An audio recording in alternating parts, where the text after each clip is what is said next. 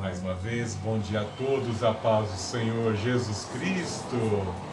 Vamos abrir nossas Bíblias no livro de Josué, capítulo 2. Livro de Josué, capítulo 2. Vamos ler do verso 8 em diante. 2, 8. E antes que os espias se deitassem, ela subiu ao terraço para falar com eles. E ela lhes disse: Bem sei que o Senhor vos deu essa terra, que grande pavor de vós caiu sobre nós, e que todos os moradores desta terra se derretem de medo diante de vós.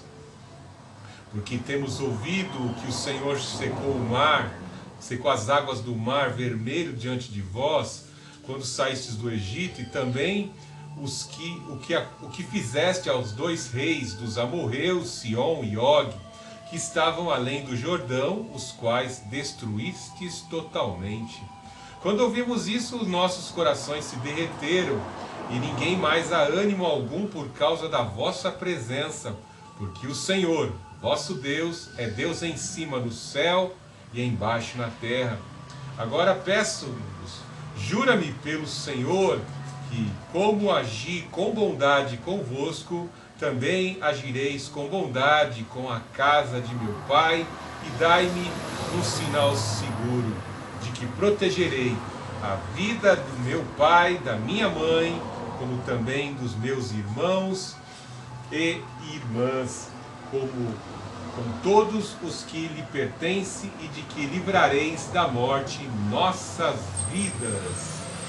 Louvado seja o Senhor Jesus Cristo, Deus Altíssimo, Deus de amor, Deus de poder. Louvado seja por esta palavra, meu Deus, no qual a tua serva Raabe, meu Deus, vem ilustrar, meu Deus, e vem estimular as nossas vidas pela ação de fé que ela tomou, a atitude de fé que ela tomou e com quem ela se alinhou, com o Deus Altíssimo, com o Senhor Jesus Cristo.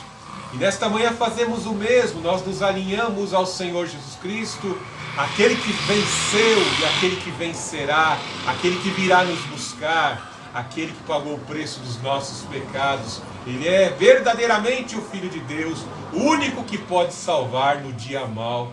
Senhor Jesus Cristo, nós cremos em Ti, por isso propagamos a Tua palavra, submissos ao Teu Espírito Divino, como o Senhor Jesus Cristo e os apóstolos assim propagaram a Tua palavra, nós fazemos o mesmo. Queremos dar extensão, Pai Santo, à proclamação do Evangelho, em nome do Senhor Jesus Cristo, Pai Santo. Com o poder do Teu Espírito Santo, afasta os espíritos imundos, inimigos da pregação da palavra, inimigos da Tua igreja, em nome do Senhor Jesus Cristo, que sejam afastados. Humildemente eu Te suplico, usa a minha vida, Senhor Jesus Cristo, nessa manhã, para falar com os que se encontram aqui na Remanescente e com aqueles que vão nos assistir pela plataforma do YouTube, em nome do Senhor Jesus Cristo. Ilumina com o poder da Tua palavra, quebra as cadeias e os grilhões, afasta todo mal, em nome do Senhor Jesus Cristo. Que toda enfermidade da alma seja dissolvida agora pelo fogo do Santo Espírito, em nome do Senhor Jesus Cristo. E assim nessa manhã, a remanescente cristã Filadélfia adora e exalta ao Deus Altíssimo, adora e exalta ao Senhor Jesus Cristo, adora e exalta ao Santo Espírito. Amém. Qual o posicionamento que a igreja deve se manter nesses dias que antecedem a vinda do Senhor Jesus Cristo? Vemos em diversos exemplos do Antigo Testamento algumas mulheres que se destacaram pela sua fé. Nós vemos que a palavra de Deus ela é mais restritiva, ela é mais dedicada ao desempenho de alguns homens que foram usados em batalhas, em posicionamento de fé, em alguns chamamentos. Nós vemos que existem, quando o Senhor assim quer demonstrar à sua igreja palavra de gênero feminino, o Senhor se utiliza de algumas, fez com que seus escritores, influenciados e motivados pelo Espírito Santo, assim descrevesse o nome de algumas mulheres, em especial desta, Raabe, ela que foi mulher ali eleita e retirada das prostituições e foi colocada num plano divino. Vemos que Mateus faz questão de declarar e de destacar ela entre aquelas mulheres que fazem parte da genealogia daqueles que vão, entre aspas, ser o pai tutor do Senhor Jesus Cristo e a mãe escolhida para gerar o Filho eterno de Deus. Então vemos que essa mulher nos traz grandes ensinamentos pelo seu posicionamento. Sabemos muito bem que ela, assim, ao esconder os espias de Israel em sua casa, ela se posiciona com fé, declarando com fé que ela cria nas ações do Deus de Israel, e isso agradou a Deus, numa cidade que, de certa forma, estava totalmente dedicada pela lei do anátema à destruição por fogo.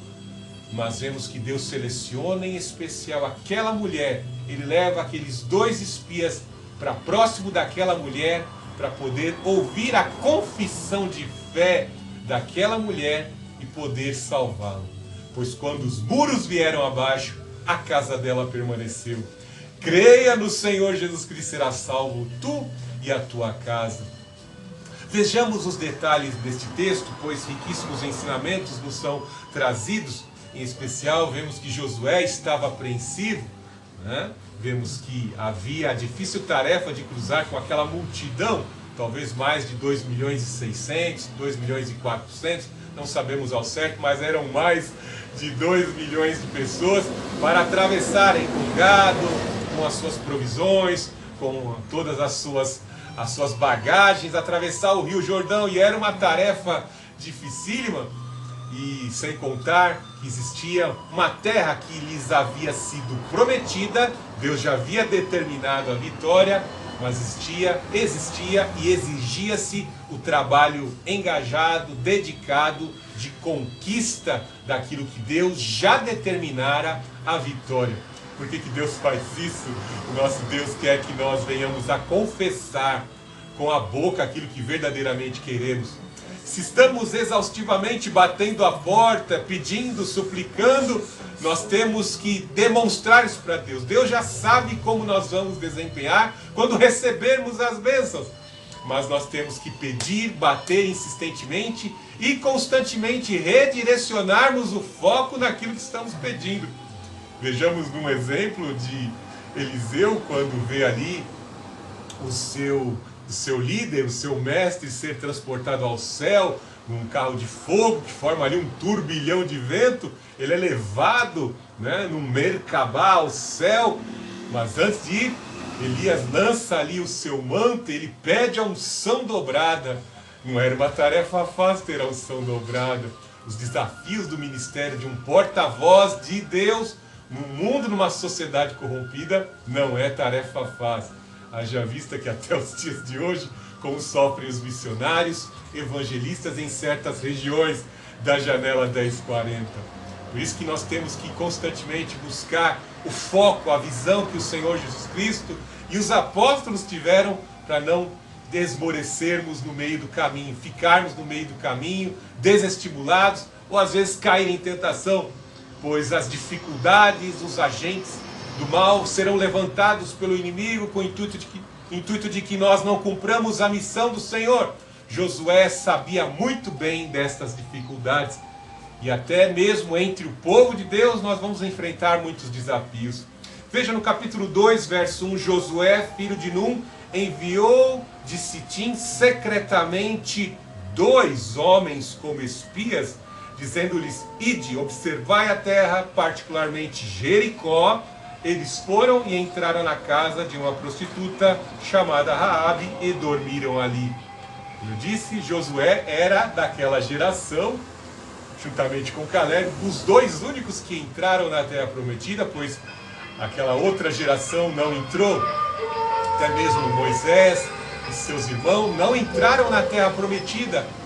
Moisés contempla de longe, morre ali no Hermon, não se sabe o ponto exato do Hermon onde ele morreu, não pôde entrar na terra prometida, e agora cabia a Josué, o fiel Josué, a estar conduzindo o povo para a conquista. E com certeza, na hora de estar enviando espias para espionar a terra, ele se lembrou da questão que um dia acontecera há 38 anos atrás, quando Moisés envia 12 espias, um representante de cada tribo de Israel, e somente ele da tribo de Efraim, e também o Caleb, que era da tribo de Judá, trouxeram um relatório favorável, porque estes dois homens, Josué e Caleb, eles se lembraram, ainda estava bem fresquinho, bem ativo na mente deles, o exército poderosíssimo do Egito sendo ali derrotado pelo poder de Deus. Então esses sinais construíram uma musculatura toda especial na mente, na consciência, tanto de Josué como de Caleb, né? Mas ao mesmo tempo Josué conhecia muito bem os 40 anos de peregrinação, os erros da nação de Israel, as reincidências, os pecados, a inclinação da natureza humana. Como todo bom líder tem que estar observando as pessoas que estão ao seu redor, a quem se comanda, quando uma ordem é dada, como ocorre a sujeição às ordenanças, as resistências às ordenanças, a capacidade de suportar, de resiliência das pessoas. E note que ele não envia 12 espias, ele só envia 2. E com certeza discípulos, servos bem dedicados e engajados na causa, com a mesma visão e o mesmo foco que ele e com certeza Caleb tinha. Com certeza aqui nós vemos que lá Mateus, quando faz o registro de quem era o esposo de Raabe, nós vemos que é dedicado lá o nome é registrado o nome de Salmão. Salmão era um do clã de Caleb, da tribo de Judá. Então ele fez questão de selecionar, vou pegar um que tenha o mesmo foco, a visão, a mesma fé de Caleb para esta missão de espionagem, e talvez um outro da sua própria tribo, porque homens com foco, pessoas com foco para trazer o relatório certo, para que a multidão não fique mais uma vez inflamada, desanimada, depois de 40 anos de peregrinação. Uma viagem que poderia durar 15 dias se tornou 40 anos por conta do pecado, da murmuração, de reclamações para com o ato e a forma de Deus governar. Grandes ensinamentos nos são trazidos com relação a isso. Sabemos que Deus tem uma terra grande e farta, o céu é imensurável, a criação de Deus é imensurável, mas somente aqueles que são santificados, aqueles que são dedicados, aqueles que se consagram, aqueles que se purificam, lavam suas vestes no sangue do Cordeiro, terão acesso à entrada ao reino de Deus. Falsos obreiros que fazem sinais em nome de Cristo serão rejeitados. Não vos conheço. Nosso Deus, ele vai rejeitar. Não adianta pensarmos que fazermos parte do povo de Deus é garantia de que vamos entrar no reino dos céus. Sem santificação, ninguém verá Deus. Há uma necessidade do nosso Deus trabalhar. Por isso que durou 40 anos no deserto. Veja a confirmação desta palavra que falo em 1 Coríntios capítulo 10. Vemos que os seus cadáveres, os cadáveres do povo que saiu do deserto, todos ali morreram no deserto, não puderam entrar por conta da incredulidade, das murmurações, das reclamações. Então, Josué foi mais criterioso em escolher espias. Vemos algo interessante, que a espionagem faz parte da história. Satanás, como um agente infiltrado, se infiltrou no jardim. Os espíritos imundos tentam se infiltrar nos corpos e levar os homens à degradação, levar as pessoas às práticas que entristecem a Deus. Balaão consultava espíritos e era incorporado por espíritos para fazer encantamentos, rogo de pragas. Até os dias de hoje podemos constatar as nossas instituições, que muitas vezes pensamos que foram criadas com um bom propósito, foram infiltradas por agentes do mal. Então, temos vários relatórios, vários documentos, diversos agentes de espionagem aqui, no período do regime militar, da STB. E era interessante, num dos historiadores, o Abranches, ele citando lá que muitos dos agentes da STB, eles buscavam regiões onde eles pudessem ali estar vivendo na surdina, camuflados, sem serem incomodados e perturbados muitas vezes. E que região eles escolhiam? Regiões da boca do lixo, onde existia prostituição, uso de entorpecentes, área de degradação. Escolhiam estes lugares para estarem atuando.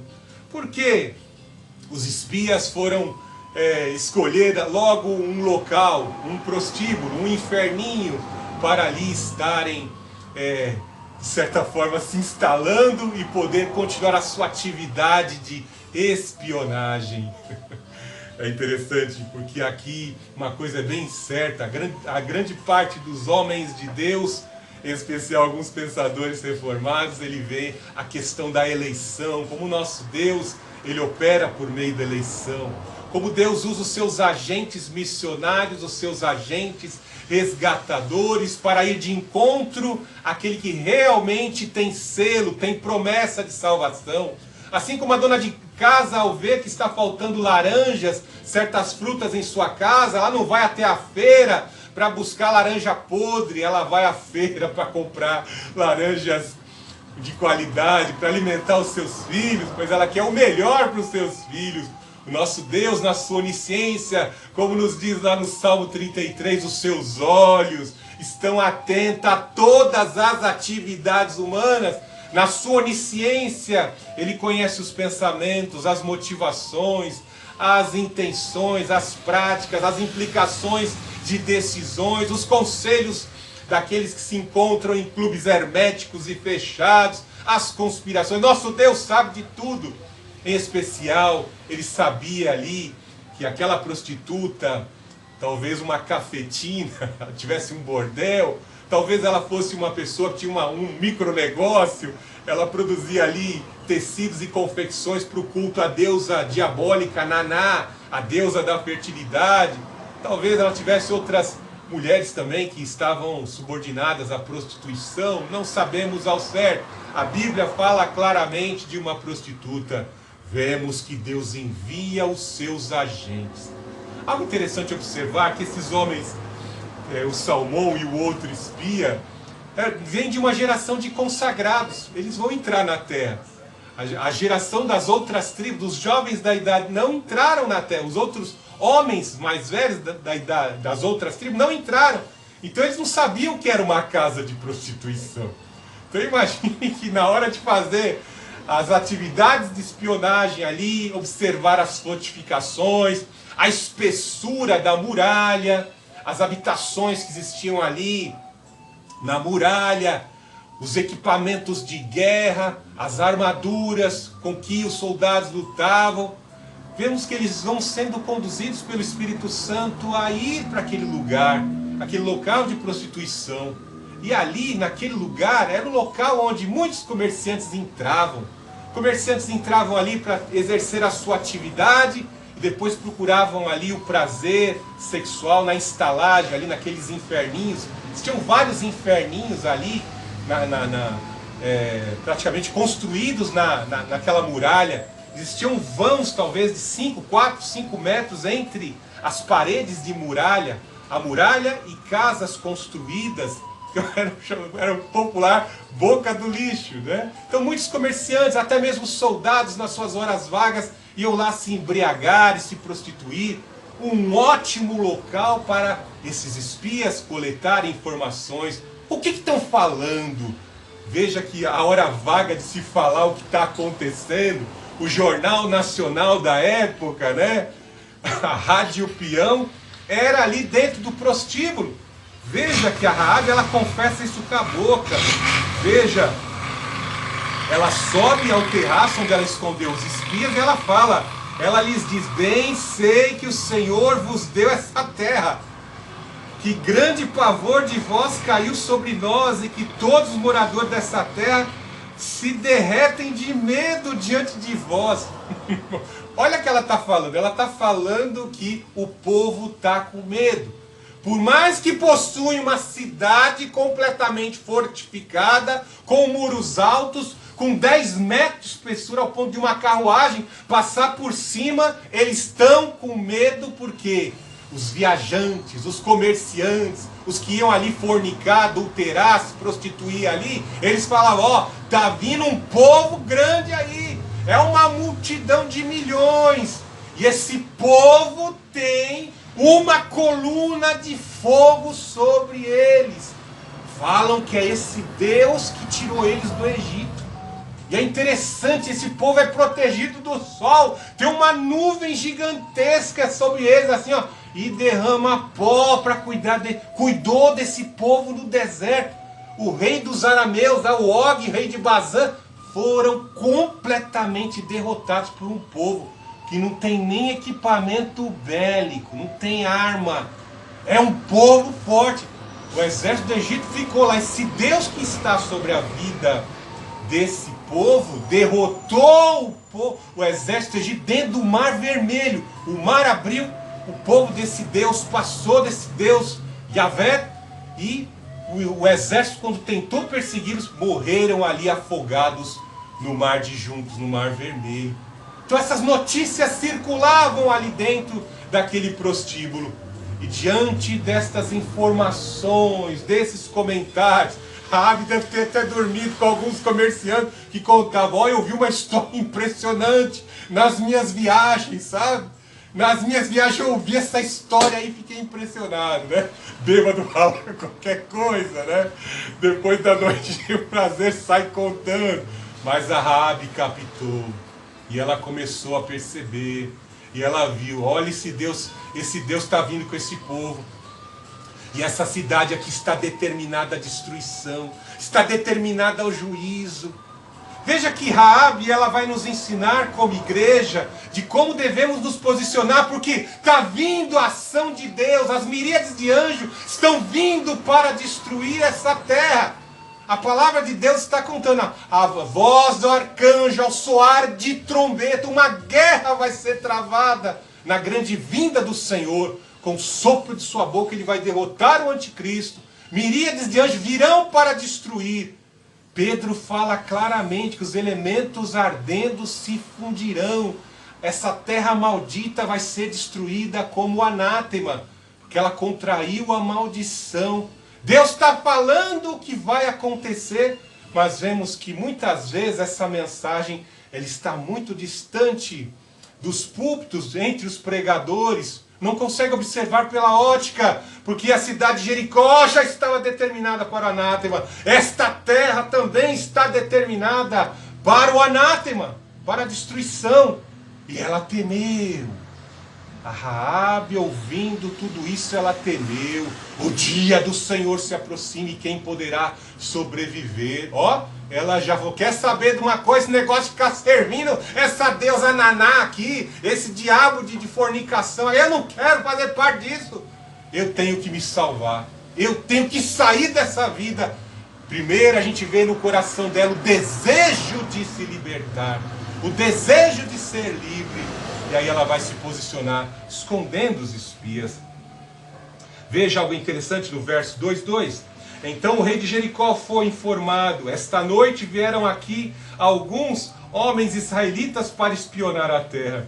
De modo que o rei de Jericó mandou dizer a Raabe: manda sair os homens que foram à tua casa. E lá entraram, porque vieram espionar toda a terra. Notou como o diabo cuida do que é seu?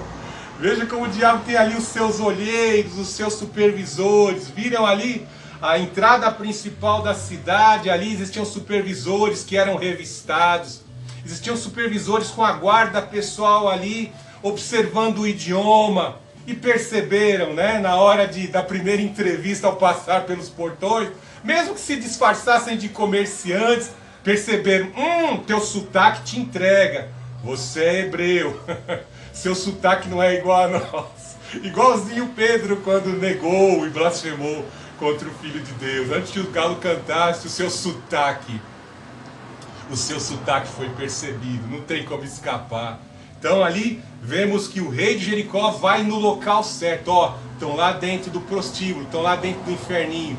E estão com a Raabe. Olha só, olha, detalharam, né? Caguetaram mesmo, né? foram lá tá junto com a Raabe. Acho que a Raabe lá levou os dois lá para dentro dos cômodos dela, né? Veja no verso 4, 2:4. Mas a mulher tomou os dois homens e escondeu-os e disse: é verdade que os homens vieram à minha casa, mas eu não sabia de onde eram. E aconteceu que, quando já ia fechar a porta da cidade, sendo já escuro, aqueles homens saíram, não sei para onde foram, persegui-os depressa, porque os alcançarei. Vemos aqui que a Raabe utiliza-se de uma mentira, mas uma mentira bem intencionada, bem motivada e por uma causa que de certa forma agradou a Deus. Você vai dizer: ah, pastor Fernando, isso é mentira. Eu quero polemizar, né? Mas eu vou te contar algumas passagens bíblicas onde a mentira e a omissão foram de certa forma praticadas até mesmo pelo próprio Deus. Jesus, lá no caminho de Emaús, ele vai de encontro por amor aos seus dois discípulos, né? Que estão ali atordoados, confusos, perplexos, tinham visto os sinais, tinham recebido o ensinamento do Mestre, do Filho de Deus, acreditaram pela palavra que Jesus pregou, que ele era o Redentor, o Messias, mas de repente viram Jesus morto, crucificado e morto. Tinham até ouvido que as mulheres parece que falaram no telefone sem fio aí, que ele ressuscitou, mas eles continuaram persistindo na sua ignorância de pensar que o Filho de Deus estava morto, né? E aí o peregrino, o Filho de Deus, se encosta, se aproxima deles. Porque do que vocês conversam? Ô estrangeiro, você não sabe do que aconteceu lá em Jerusalém, não? Não sei, conta. Veja que Jesus Cristo se omite, mas ele se omite com que sentido? Não porque ele é um mentiroso. Ele se omite porque ele quer que os discípulos ponham para fora aquilo que eles sabem sobre a verdade, sobre o Filho de Deus, sobre a salvação.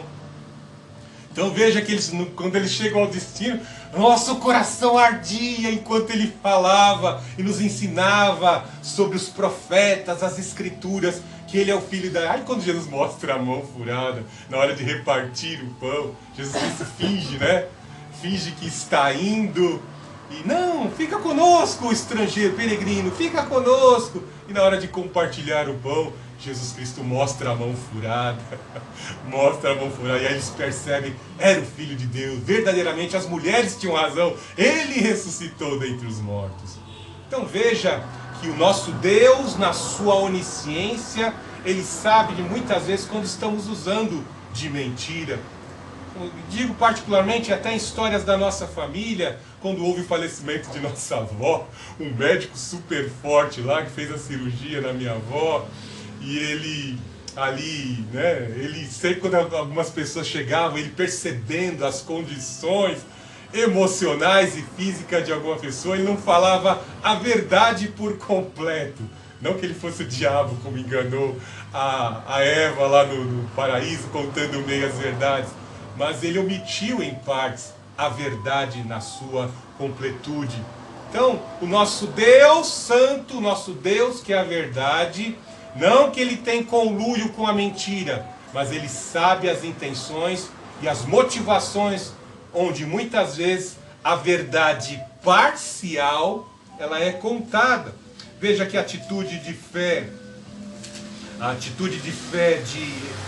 de Raabe comoveu a Deus. A intenção, a verdadeira intenção foi percebida pelo Santo Onisciente. Veja Hebreus 11:30. Pela fé os muros de Jericó caíram, depois de rodeados 7 dias. Pela fé a prostituta Raabe não morreu com os desobedientes, pois acolheu em paz os espias. Vemos também em Tiago capítulo 2, verso 25. De igual modo a prostituta Raabe não foi também justificada pelas obras quando acolheu os espias e os fez sair por outro caminho?